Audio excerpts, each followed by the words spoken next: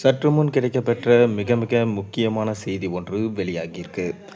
அதாவது, திமுக ஆட்சிக்கு ஆபத்து, அதிர்ச்சியில் ஸ்டாலின்.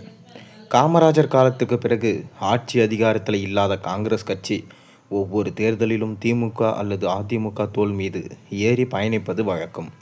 இப்போது முதன்முறையாக காங்கிரஸ் கட்சிக்கும் அரசியலில் பங்கு வேண்டும் என்று உரிமை கோரல் எழுப்பியிருக்காரு KS அழகிரி. காங்கிரஸ் கட்சிக்கு பங்கு வேண்டும் என்று ஸ்டாலினிடம் இதுவரை நேரில் கேட்டதில்லை.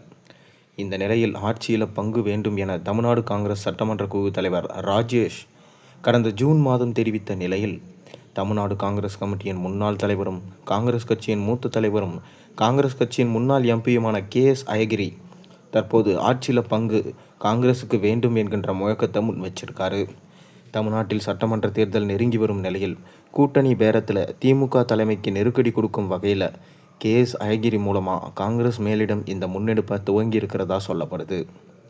2006 சட்டமன்ற தேர்தலில் திமுக கூட்டணியில் 63 இடங்கள் போட்டியிட்ட காங்கிரஸ் 2016 சட்டமன்ற தேர்தலில் 41 இடங்களில் போட்டியிட்டது. கடந்த 2021 சட்டமன்ற தேர்தலில் காங்கிரஸுக்கு திமுக கூட்டணியில் 25 இடங்கள் மட்டுமே ஒதுக்கப்பட்டது. இந்த நிலையில தான் திமுக கூட்டணியில் அதிக இடங்களை கேட்டு பெறுவோம் என்று கூட்டணி ஆட்சியில் அங்கம் வகிப்போம் என்றும் KS அழகிரி பேசியிருக்காரு. கடந்த 2 தேர்தல்களில் காங்கிரஸ் கட்சிக்கு நல்ல கூட்டணி வாய்ப்பு இல்லாத காரணத்தால் திமுக கொடுத்த குறைந்த இடங்களை பெற்றுக்கொண்டது. 2026 சட்டமன்ற தேர்தலை பொறுத்தவரை திமுக அதிமுக கூட்டணிக்கு மாற்றா தாவேகா தலைவர் விஜய் தலைமையில் ஒரு கூட்டணி அமைய வாய்ப்பு இருக்குது.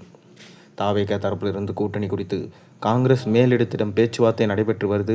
இந்த சூழலில் தான் தமிழ்நாடு காங்கிரஸ் கமிட்டியின் முக்கிய தலைவர்களில் ஒருவரான KS அழகிரி ஆட்சியில் பங்கு என்கின்ற குண்டை தூக்கி திமுகவோடைய மேலே வீசியிருக்காரு.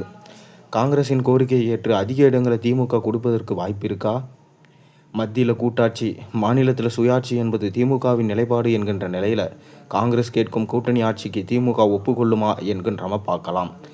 காங்கிரஸ் கட்சிக்கு இதுவரை இல்லாத அளவுக்கு இப்போது விஜய் என்று ஒரு ஆப்ஷன் இருப்பதாலே இப்படி குரல் கொடுப்பதா சொல்லப்படுது. இதனால் குழப்பம் வருமா?